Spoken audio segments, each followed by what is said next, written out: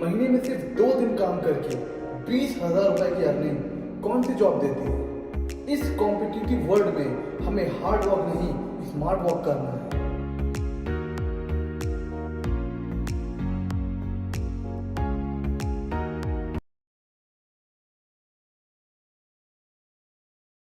Hello दोस्तों, कैसे हैं आप लोग? मैं सीए शमशेद आरफीन एक बार फिर आप सबका स्वागत करता हूं इस जीएसटी ऑनलाइन ट्रेनिंग प्रोग्राम में। और आज हम देखेंगे जीएसटी रजिस्ट्रेशन का पार्ट 2। पार्ट 1 में हमने जीएसटी रजिस्ट्रेशन का पूरा थ्योरी पार्ट कवर कर लिया था।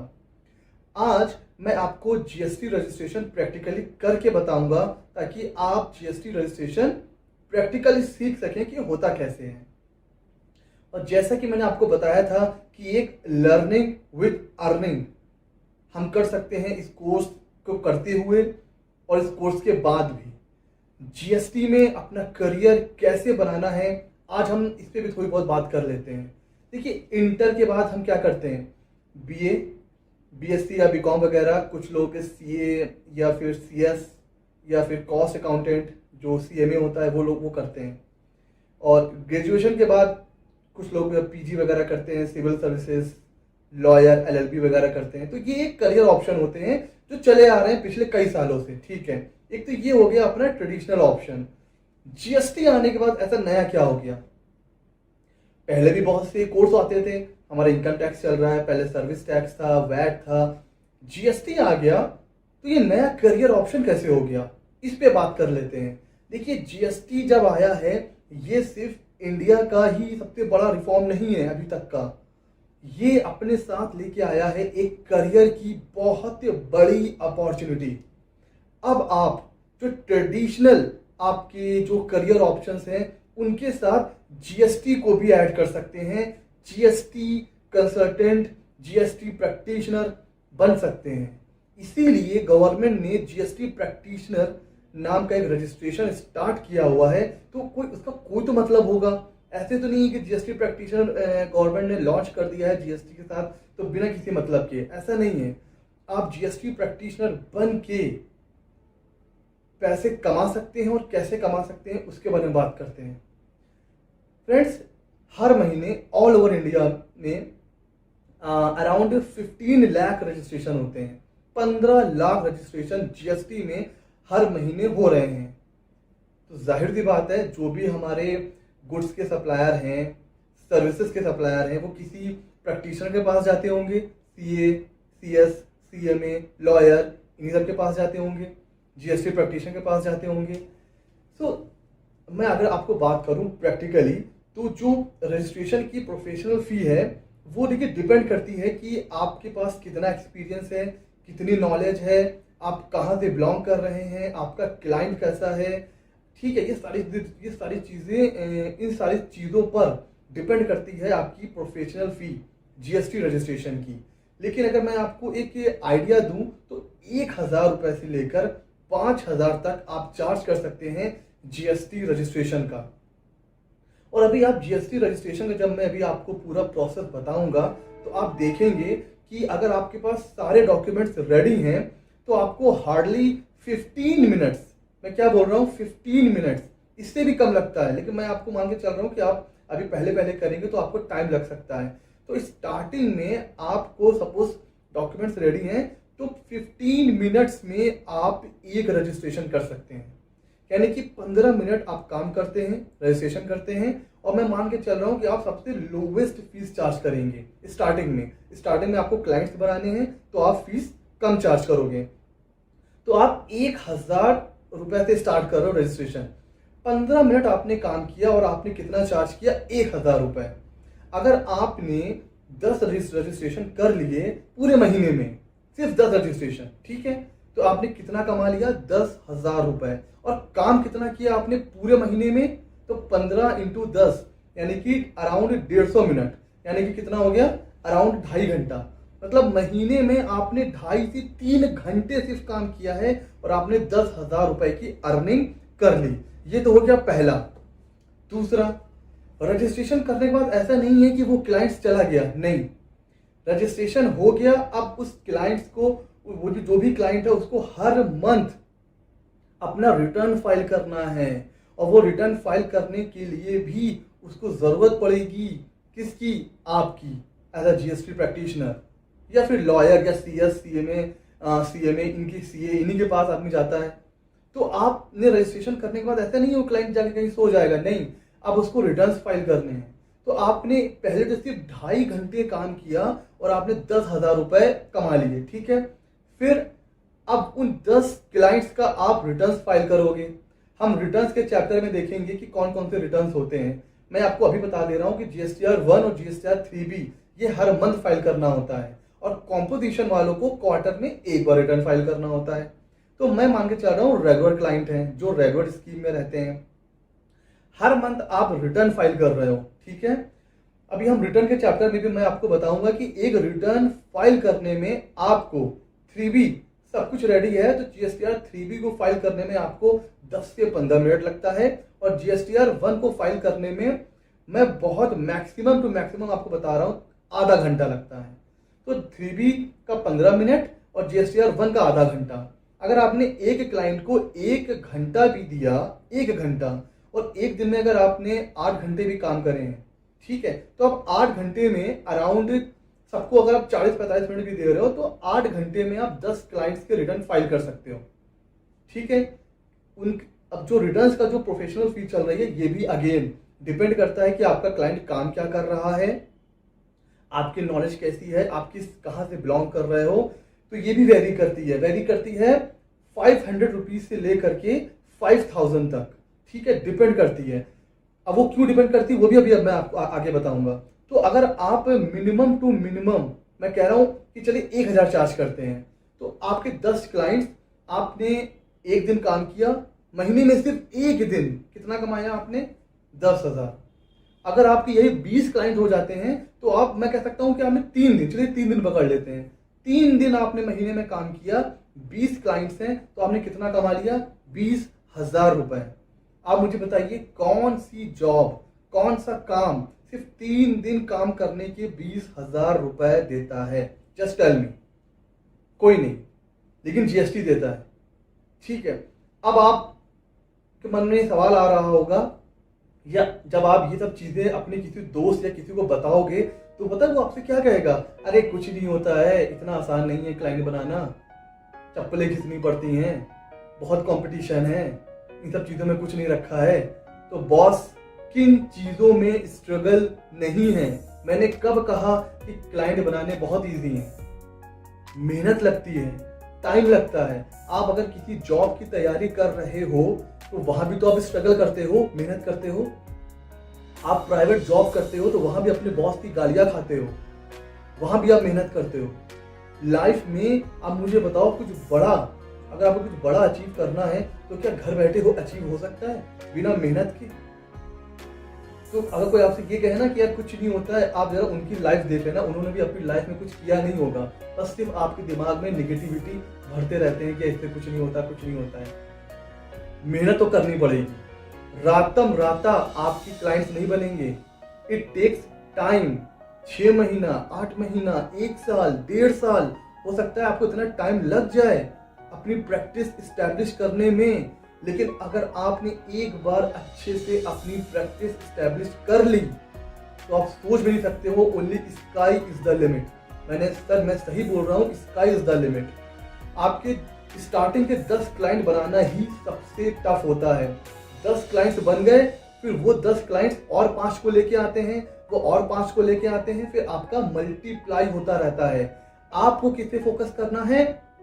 नॉलेज, एक्सपीरियंस, कम्युनिकेशन स्किल, कितने अच्छे से आप अपनी क्लाइंट को सेटिस्फाई करते हो, अपनी सर्विस की क्वालिटी। आपको बस अपने ऊपर मेहनत करनी है और धीरे धीरे आप देखोगे कि अपने आप आपकी प्रैक्टिस ग्रो कर रही है। सिर्फ स्टार्टिंग के 10 क्लाइंट्स आपको बनाने हैं और मैं इस चीज में आपकी मदद कर सकता हूं। आप अपना अगर इस फील्ड में करियर बनाना चाहते हैं तो अपना ऑफिस कैसे ओपन करना है, अपनी प्रैक्टिस कैसे स्टैब्लिश करनी है, क्लाइंट्स कहां से पकड़ने हैं, क्लाइंट्स को कैसे इन्फ्लुएंस करना है, ये सारी चीजें मैं आपको बताऊंगा एज ए मेंटोर। मैं जो अभी तक जो मेरे फेस टू फेस बैचेस होते हैं, वो उसमें से बहुत से स्टूडेंट्स हैं जो अभी अपनी ठीक ठाक प्रैक्टिस कर रहे हैं इस कोरोना कोविड-19 पैंडेमिक में भी। तो मैं आपको बताऊंगा कैसे अपनी प्रैक्टिस इस्टेब्लिश करनी है। आपने क्या करना है, पूरे कोर्स को अच्छे से पढ़ना है, उसको प्रैक्टिकली समझना है, फिर धीरे धीरे अपनी नॉलेज में और इम्प्रूवमेंट लाना है, और फिर आप देखेंगे जैसे जैसे आपकी प्रैक्टिस ग्रो होगी आप खुद के बॉस बनेंगे। आप जॉब सीकर नहीं, आप जॉब क्रिएटर बनेंगे। आपको खुद फील होगा कि अब आप बॉस हैं। जैसे जैसे आपकी प्रैक्टिस ग्रो करेगी आपकी लाइफ में, मतलब आपको खुद लगेगा कि हाँ यार, जो बॉस बनने की फीलिंग होती है वो अलग होती है। ठीक है, मैं ये नहीं कह रहा हूँ कि जॉब करना मतलब खराब नहीं, सबके अपने अपने एडवांटेज एंड डिसएडवांटेज हैं, लेकिन जब आपकी अपनी प्रैक्टिस ग्रो करेगी देन यू विल सी कि आप जो भी मेहनत कर रहे हो वो खुद के लिए कर रहे हो, किसी और के लिए नहीं कर रहे हो। तो मैं यही कहूँगा कि अगर आप जीएसटी में अपना करियर देख रहे हैं तो इसमें अच्छे से मेहनत करिए। और अब मैं बिल्कुल भी देखिए टाइम और ज़्यादा वेस्ट नहीं करूँगा, सीधे चलते हैं जीएसटी रजिस्ट्रेशन के प्रैक्टिकल पार्ट की तरफ। सो अब हम देखते हैं जीएसटी रजिस्ट्रेशन प्रोसीजर का प्रैक्टिकल पार्ट। सो जो दोस्तों, मैंने लास्ट वीडियो में हमने डिस्कस किया था कि जीएसटी रजिस्ट्रेशन के लिए हमें कुछ डॉक्यूमेंट्स की रिक्वायरमेंट होती है, जैसे कि pan, Aadhaar, photo and electricity bill अगर वो जगह खुद ओन कर रहा है, कंसर्न लेटर, रेंट एग्रीमेंट अगर वो प्लेस जो है वो रेंट पर है। ये सारी चीजें हमें चाहिए होती है जीएसटी रजिस्ट्रेशन के लिए। तो कभी भी आप जीएसटी रजिस्ट्रेशन जब भी आप स्टार्ट करिए तो ये सारे डॉक्यूमेंट्स अपने पास रेडी रखिए। ठीक है,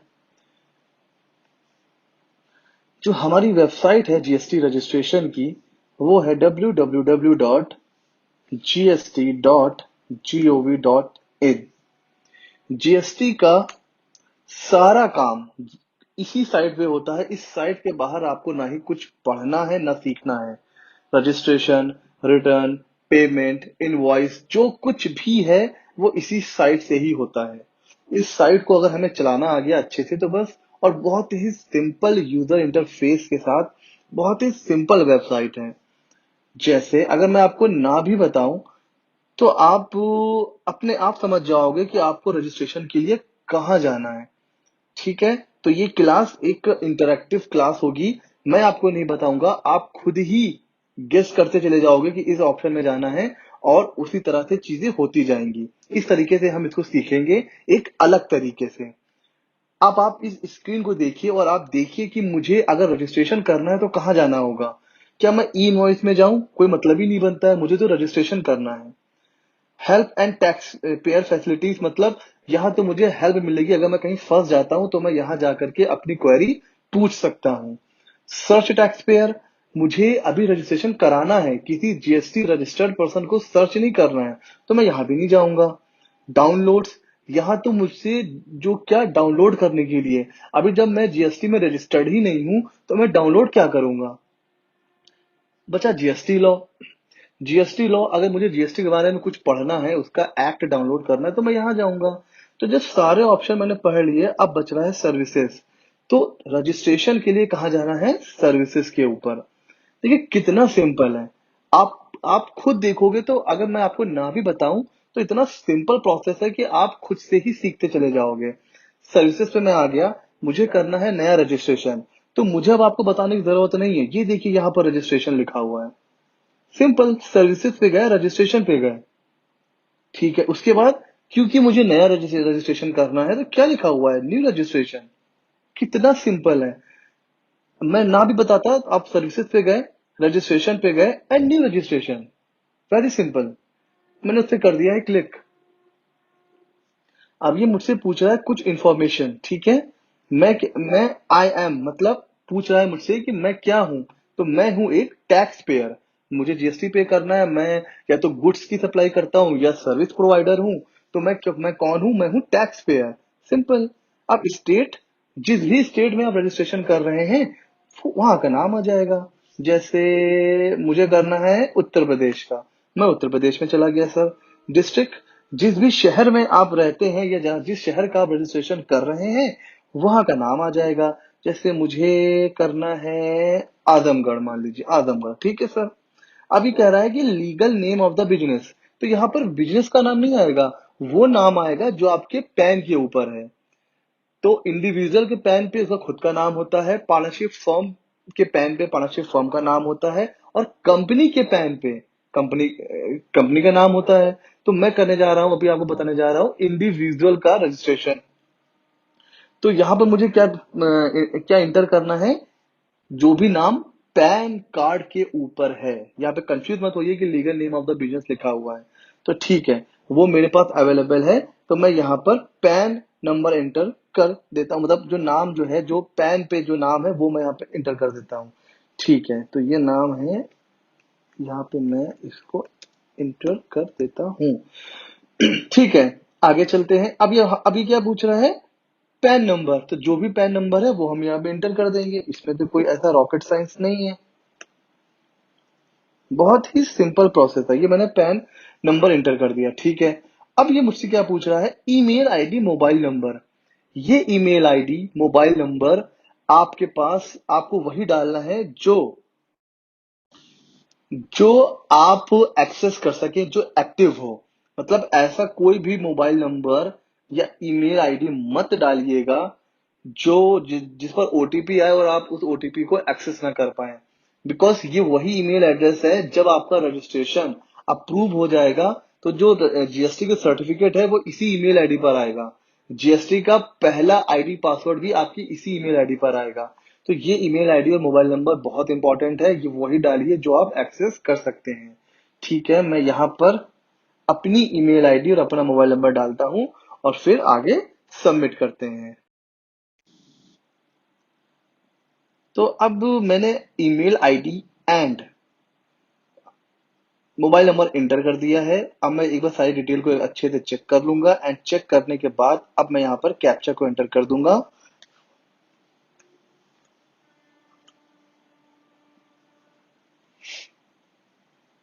अब ये मुझसे कह रहा है कि आपने जो कैप्चा है वो गलत एंटर कर दिया है। ठीक है, सही एंटर कर देते हैं, 754517। जो साइट है ये पूरी तरीके से आर्टिफिशियल इंटेलिजेंस पे बेस्ड है। अगर आप कोई ऐसी गलती कर रहे हैं तो साइट आपको खुद ही इन्फॉर्म कर देती है कि भैया आपने जो इन्फॉर्मेशन दी है वो गलत है, फिर से उसको पुट करिए। जब हमने सब कुछ सही पुट कर दिया, अब देखिए ये हमसे पूछ रहा है कि भैया आपका मोबाइल और ईमेल का ओटीपी क्या है। तो मेरे मोबाइल और ईमेल पर ओटीपी आ चुका है, मैं फटाफट एंटर कर देता हूँ। मोबाइल का जो ओटीपी है वो 893637 है, एंड जो ईमेल का है वो भी मेरे पास आ चुका है, वो है 383354। अब ये इंटर करने के बाद मैं कर दूंगा प्रोसीड। देखिए जैसे ही मैंने प्रोसीड किया, ये क्या लिख करके आ रहा है, you have successfully submitted part A of the registration process. GST registration दो पार्ट में होता है, part A and part B. Part A जैसे ही कंप्लीट होता है तो हमें मिल जाता है एक टेम्परेरी रेफरेंस नंबर। इसका यूज ये होता है कि जैसे कई बार ऐसा होता है कि आप रजिस्ट्रेशन कर रहे हैं, सिस्टम में कोई प्रॉब्लम आ गई, या आपको कोई काम आ गया, या आपको रजिस्ट्रेशन बीच में छोड़ना पड़ गया। तो आप जब भी आपको कभी भी जीएसटी रजिस्ट्रेशन उसके बाद कंटिन्यू करना है, जहां तक आप सेव कर चुके हैं उसके आगे से कंटिन्यू करना है, तो आपको अब जब भी लॉगिन करना है तो वो कैसे करना है, टीआरएन से लॉगिन करना है। तो ये मैंने टीआरएन को कॉपी कर लिया है और अब मैं यहाँ पे करूंगा प्रोसीड। अब देखिए यहाँ पर मैं डालूंगा अपना टीआरएन नंबर, और फिर से एक बार ये मुझसे पूछ रहा है कैप्चा की प्रोसेस। और अब जब मैं प्रोसीड करूंगा तो मेरे मोबाइल और ईमेल पर ओटीपी जाएगा। अब अलग अलग नहीं जाएगा, दोनों पर सेम ओटीपी जाएगा। तो मैं चाहे मोबाइल से ले लूं और चाहे ईमेल आईडी से। ठीक है, मेरे पास आ चुका है ओटीपी, और ये मैंने कर लिया है प्रोसीड। अब ये देखिए ये मुझसे क्या कह रहा है कि आज की डेट आ गई है, देखिए, और ये कह रहा है कि आपको अपना रजिस्ट्रेशन 10 जुलाई से पहले पहले कंप्लीट कर लेना है। अगर मैंने 10 जुलाई से पहले पहले अपना रजिस्ट्रेशन कंप्लीट नहीं किया तो ये ऑटोमेटिकली क्या हो जाएगा, डिलीट। सिंपल। तो ठीक है, अब हम यहां से आगे चलते हैं पार्ट बी के लिए। सो फ्रेंड्स, हमने पार्ट ए में टीआरएन जनरेट कर लिया, और सपोज किसी रीजन की वजह से अब हम आगे रजिस्ट्रेशन नहीं कर पा रहे हैं। अब हमें दोबारा लॉगिन करना है जहां तक हम सेव कर चुके हैं उसके आगे। तो अब हम देखते हैं कि टीआरएन से लॉगिन कैसे करना है। सो सबसे पहले हम जाएंगे रजिस्ट्रेशन में, और वहीं जाएंगे न्यू रजिस्ट्रेशन में। लेकिन अब यहाँ पर इस स्टेप के बाद एक नया स्टेप ये है कि अब हमें न्यू रजिस्ट्रेशन पे क्लिक नहीं करना है, अब हमें क्लिक करना है टीआरएन पे। क्योंकि अब हमने पार्ट ए कंप्लीट कर लिया है, पार्ट बी हमें आगे कंप्लीट करना है। तो अब हम क्लिक करेंगे टीआरएन पे, और यहाँ पर हम टीआरएन नंबर अपना पुट करेंगे। मैंने कॉपी कर लिया था तो यहाँ पर पेस्ट हो गया है। मैं डालूंगा यहाँ पर कैप्चा और करूंगा प्रोसीड। जब भी आपके पास पार्ट ए आ जाए, टीआरएन जनरेट हो जाए, तो उसको आप सेव कर लीजिए। ये आपके फ्यूचर में काम आएगा जब तक कि आपकी एप्लीकेशन पूरी तरीके से सबमिट नहीं हो जाती है। तो ये मैं करूंगा प्रोसीड। मेरे मोबाइल और ईमेल पर एक ओटीपी जाएगा, दोनों पर सेम ओटीपी जाएगा। तो आप कहीं से भी ओटीपी ले सकते हैं। मैंने मोबाइल से ओटीपी ले लिया है, और उसको पुट करने के बाद मैं करूंगा प्रोसीड। और ये देखिए ये हमें ले आएगा उसी जगह पर।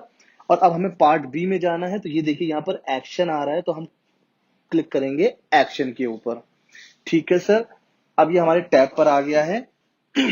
अब ये देखते हैं हमसे क्या क्या इंफॉर्मेशन पूछ रहा है। पहली इंफॉर्मेशन ये हमसे पूछ रहा है what is your trade name. तो ट्रेड नेम में जो भी आपके क्लाइंट का बिजनेस है, उसका जो भी नाम है वो आप यहाँ पुट कर देंगे। जैसे मैं जो रजिस्ट्रेशन कर रहा हूँ वो एसआर इंटरप्राइजेस के नाम से कर रहा हूँ, तो मैंने वही पुट किया है। जो कॉन्स्टिट्यूशन है, जैसे कोई वो आपका जो क्लाइंट है जिसका आप रजिस्ट्रेशन कर रहे हो, वो फर्म है, कंपनी है, एलएलपी है, प्रोप्राइटरशिप है, इंडिविजुअल है, जो भी है। तो ये जो मेरा जो क्लाइंट है ये है प्रोप्राइटरशिप, तो मैंने यहाँ पर प्रोप्राइटरशिप सेलेक्ट किया हुआ है। डिस्ट्रिक्ट के बारे में मुझसे पूछ रहा है, तो आजमगढ़ का है। क्या मैं as a casual taxable person registration ले रहा हूँ? नहीं, तो मैंने यहाँ पर इसको छोड़ दिया है। क्या मैं कॉम्पोजिशन स्कीम में जा रहा हूँ? तो मैं कॉम्पोजिशन स्कीम में नहीं जा रहा हूँ, तो इसलिए मैंने यहाँ पर टिक नहीं किया है। अब ये कॉम्पोजिशन स्कीम क्या होती है ये हम आने वाले वीडियो में देखेंगे। अब ये हमसे पूछ रहा है कि रीजन क्या है रजिस्ट्रेशन लेने का। तो हमने देखा था पार्ट 1 में कि रजिस्ट्रेशन की लिमिट कितनी थी। गुड्स के केस में 40 लाख, सर्विसेज के केस में 20 लाख, कुछ छोटे छोटे स्टेट्स के केस में हमने देखा था कि 10 लाख थी। तो जब ये लिमिट क्रॉस हो जाती है तो हमें क्या लेना पड़ता है? रजिस्ट्रेशन। लेकिन हम चाहें तो इससे पहले भी ले सकते हैं रजिस्ट्रेशन, उसको हम बोलेंगे वॉलंटरी बेसिस पर। तो मैंने यहाँ पर इनका जो लिमिट है वो क्रॉस नहीं हुआ है, तो मैं यहाँ पर ले रहा हूँ वॉलंटरी बेसिस में। तो मैंने वॉलंटरी बेसिस को कर लिया है select. Date of commencement of business, मतलब आपका बिजनेस कब शुरू हो रहा है, तो मैंने 24 जून की डेट डाली है। उसके बाद ये हमसे पूछ रहा है कि आपका कोई एग्जिस्टिंग रजिस्ट्रेशन है, तो मेरा कोई भी नहीं है। और अब मैंने कर दिया यहाँ पर सेव एंड कंटिन्यू। अगर कुछ मैं गलत इंफॉर्मेशन दूंगा तो वो यहाँ पर अपने आप शो करने लगता है। ठीक है सर। अब ये हमसे कुछ पर्सनल इंफॉर्मेशन मांग रहा है प्रोप्राइटर की, जैसे प्रोप्राइटर का नाम, फादर का नाम, उनके डेट ऑफ बर्थ, और क्या कहते हैं उसका डेजिग्नेशन क्या है, proprietorship, mobile number, email address, उसका रेजिडेंशियल एड्रेस। जो रेजिडेंशियल एड्रेस है वहां पे हम कौन सा एड्रेस पुट करेंगे? जो आधार नंबर पे होगा, सिंपल।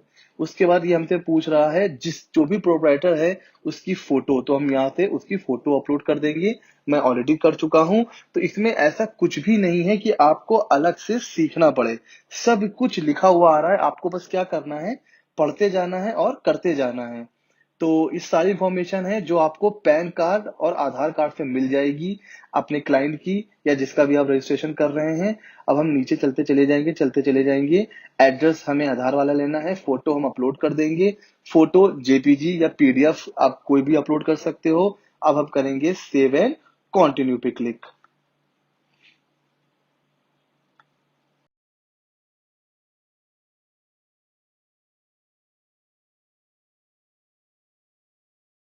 अगले टैब में ये हमसे पूछ रहा है ऑथोराइज सिग्नेटरी की डिटेल। तो देखिए अगर कंपनी होता है तो उसका जो ऑथोराइज सिग्नेटरी होता है डायरेक्टर होता है। पार्टनरशिप फर्म होती है तो उसका जो ऑथोराइज सिग्नेटरी होता है वो होता है पार्टनरशिप फर्म का कोई भी एक पार्टनर या कोई भी दो पार्टनर्स। तो लेकिन जो प्रोप्राइटरशिप होती है इंडिविजुअल के केस में वो खुद ही होता है। तो यहाँ पर सारी जो इन्फॉर्मेशन है वो पिछले टैब से उड़ करके आ जाती है। इसके लिए क्या करना होता है, एक बार मैं आपको बैक जाके दिखाता हूँ। सबसे नीचे आप देखेंगे यहाँ पे आपसे पूछ रहा है क्या आपका प्रोप्राइटर ही ऑथराइज सिग्नेटरी है, तो मैंने उस पर टिक कर दिया। अब टिक करने के बाद मैंने सेव एंड कंटिन्यू किया, तो ये देखिए यहाँ पर ऑटोमेटिक सारे इंफॉर्मेशन उठ करके आ गई। मुझे कुछ भी पुट नहीं करना है, बस मुझे सेव एंड कंटिन्यू पे क्लिक करना है। अब एक पूछ रहा है कि आपका कोई ऑथराइज रिप्रेजेंटेटिव है, मतलब आपका रिटर्न फाइल करने के लिए या आपका जीएसटी में कुछ भी करने के लिए कि आपने किसी ऑथराइज रिप्रेजेंटेटिव को हायर किया हुआ है, तो इसको भी हम लोग नो रहने देते हैं, टिक करने की जरूरत नहीं है। हर केस में इसको हम नो ही करते हैं। अब देखिए ये बहुत इंपॉर्टेंट टैब है। क्या पूछ रहा है, details of principal place of business. ये वो एड्रेस जहां पर आपका जो क्लाइंट है उसका जो ऑफिस का एड्रेस है, घर का नहीं, ऑफिस का एड्रेस है, वो हम इस टैब में एंटर करेंगे। और ये कौन सा एड्रेस होगा सर, जो आपका एड्रेस किसी यूटिलिटी बिल से सपोर्टिव होगा, जैसे बिजली के बिल में, प्रॉपर्टी टैक्स में, रेंट एग्रीमेंट में, जो एड्रेस वहां पे लिखा हुआ है हमें वही एड्रेस यहाँ पुट करना है। अगर हम वो एड्रेस यहाँ पुट नहीं करेंगे तो हमारी जो एप्लीकेशन है वो रिजेक्ट हो जाएगी। तो बिजली का बिल उठाइए, कोई यूटिलिटी बिल उठाइए, रेंट एग्रीमेंट उठाइए, उस पर जो भी ऑफिस का एड्रेस है वो यहाँ पुट कर दीजिए, सिंपल। तो वो वहां से मिल जाएगा, मैंने ऑलरेडी पुट किया हुआ है। उसके बाद स्टेट जुरिसडिक्शन सेक्टर, ये बहुत इंपॉर्टेंट स्टेप है। यहाँ पर हमें कुछ ज्यादा दिमाग नहीं लगाना है। जैसे ये आजमगढ़ का है, तो आदमगढ़ में देखिए इतने सेक्टर आ रहे हैं, आप किसी भी स्टेट का करिए तो वो अपने आप सेक्टर दे देगा। तो यहाँ पर आप कोई भी सेक्टर चूज कर सकते हैं, ठीक है। क्या होगा, आपकी जो एप्लीकेशन है वो ऑटोमेटिक जो भी आपका सही जुरिसडिक्शन है वहां पर अपने आप फॉरवर्ड हो जाती है। तो ये आप कोई भी सिलेक्ट कर सकते हैं। लेकिन जब बात आती है सेंटर जुरिसडिक्शन की, तो ये आपको चूज करना होता है। जैसे मेरे केस में तो एक ही है, वाराणसी। वाराणसी में मैं गया आजमगढ़ में, और आजमगढ़ में गया आजमगढ़ में। लेकिन अगर आपको सर्च करना है आपका, जब आप रजिस्ट्रेशन कर रहे होगे, तो अगर आपको कोई प्रॉब्लम आ रही है ढूंढने में, तो आप कहाँ क्लिक करोगे, ये देखिए यहाँ पे एक लिंक दिया हुआ है, link refer the link for centre jurisdiction. तो आप यहाँ पर क्लिक करके अपने एरिया के हिसाब से अपना डिवीजन और अपनी रेंज चूज कर सकते हैं। अब हम नीचे आ जाएंगे, हमसे फिर ये हमारा ऑफिशियल, पिछले टैब में हमसे personal email ID, personal mobile मांगा था। यहाँ पर हमसे क्या मांग रहा है, ये हमारा official email address and official number. अब ये हमसे पूछ रहा है कि भैया आपका जो आपने कहा है कि, जैसे आप कह रहे हो कि कंसेंट है, या आप कह रहे हो कि मैंने लीज पे लिया है, या मैं आप कह रहे हो कि आपका ओन्ड है या रेंटेड है या किसी का शेयर्ड में है या अदर्स है। ये जितनी भी चीजें हैं आप पहले यहाँ से कर लोगे सिलेक्ट। उसके बाद उसके सपोर्टिव डॉक्यूमेंट्स आपको अपलोड करने हैं। अगर कंसेंट डाला है तो consent letter with electricity bill, legal ownership documents, municipal खाता की कॉपी, प्रॉपर्टी टैक्स रिसिप्ट। इसमें से कोई भी आपके पास अगर यूटिलिटी बिल है तो आप अपलोड करिए।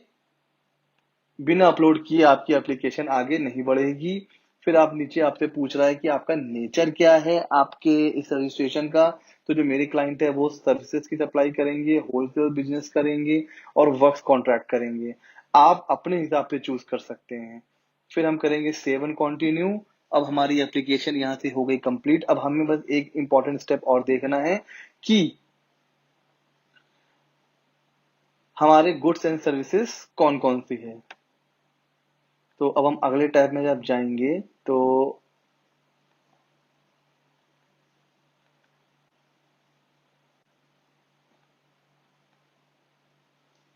अगले टैब में हम जब जाएंगे तो ये हमसे पूछेगा हम क्या करना चाह रहे हैं। तो ये कंस्ट्रक्शन की सर्विसेज करेंगे, तो मैंने कंस्ट्रक्शन की सर्विस यहाँ पर ऐड करी है। आप चाहें तो अपने हिसाब से यहाँ पर सर्च कर सकते हैं अपनी सर्विस, या गुड्स पे क्लिक करके आप अपने हिसाब से गुड्स को सिलेक्ट कर सकते हैं।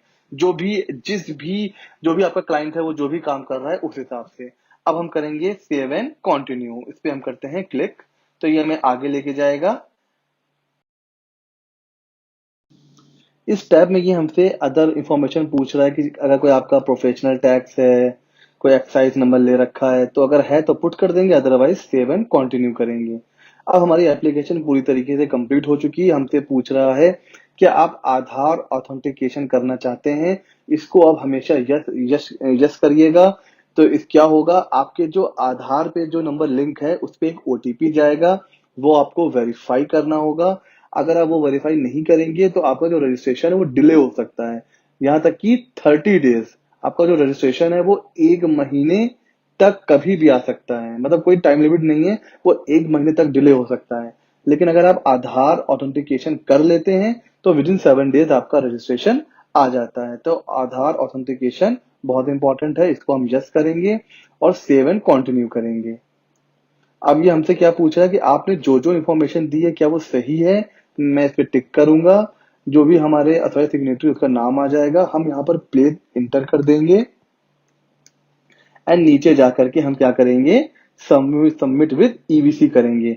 डीएससी किस केस में करते हैं, अब आप देखो जो पार्टनरशिप फर्म होती है या जो कंपनी होती है वो खुद तो साइन करती नहीं है, तो उनके बिहाफ पे डायरेक्टर साइन करते हैं, और किसके थ्रू साइन करते हैं, डिजिटल सिग्नेचर के थ्रू। तो जब कंपनी या कोई एलएलपी है उस केस में हम डीएससी के थ्रू करेंगे सबमिट, बट हमारा क्या है, इंडिविजुअल है और प्रोप्राइटरशिप है, तो हम सबमिट करेंगे ईवीसी से। जैसे हम इस पे क्लिक करेंगे तो हमारे ईमेल और मोबाइल नंबर पर एक ओटीपी आ जाएगा, वो हम सबमिट करेंगे और हमारी एप्लीकेशन हो जाएगी कंप्लीट। अब आप खुद ही देखिए कितना ही इजी स्टेप है। ये सारी इंफॉर्मेशन आपको क्लाइंट से मिल ही जाएगी, पैन, आधार, इलेक्ट्रिसिटी बिल, रेंट एग्रीमेंट, ये सारी चीजें आपको मिल जाएगी। आपको बस क्या करना है, सही जगह पर उसको पुट करना है एंड आपका रजिस्ट्रेशन एप्लीकेशन हो गई। कुछ ही दिनों में आपका सर्टिफिकेट आपके हाथ में होगा। सो फ्रेंड्स, आपने देखा कि कितना ही इजी प्रोसेस है जीएसटी रजिस्ट्रेशन का। इसमें कोई भी ऐसा स्टेप नहीं है जिसको देख के आपको लग रहा हो कि ये स्टेप बड़ा कंफ्यूजिंग है, बड़ा टफ है, हम कैसे करेंगे। जब आप खुद करेंगे तो आप खुद ही देखेंगे कि 10 से 15 मिनट में रजिस्ट्रेशन कंप्लीट हो जाता है। सो फ्रेंड्स, अगर आपको वीडियो पसंद आया हो तो यार लाइक कर दो, शेयर कर दो, सब्सक्राइब मार दो यार, और अपने दोस्तों दोस्तों तक वीडियो शेयर जरूर करिए, ठीक है। और अब मैं ये उम्मीद करता हूं कि आप अब आज से ही जीएसटी रजिस्ट्रेशन के क्लाइंट्स इकट्ठा करना, ढूंढना शुरू कर देंगे। आपको क्या चाहिए, क्लाइंट का पैन, आधार, जगह खुद की है तो ओन मतलब इलेक्ट्रिसिटी बिल, कंसर्न लेटर, और अगर रेंटेड है तो रेंट एग्रीमेंट और इलेक्ट्रिसिटी बिल एंड उसकी फोटो। ये चीजें आप लो, रजिस्ट्रेशन करो। कहीं कोई दिक्कत, कोई प्रॉब्लम आ रही हो, I am there to help you. आप मुझे व्हाट्सएप पर मैसेज कर सकते हैं, कमेंट सेक्शन में मुझसे पूछ सकते हैं, मैं आपको बताऊंगा अगर आप कहीं पर भी आप फंस रहे हो रजिस्ट्रेशन में।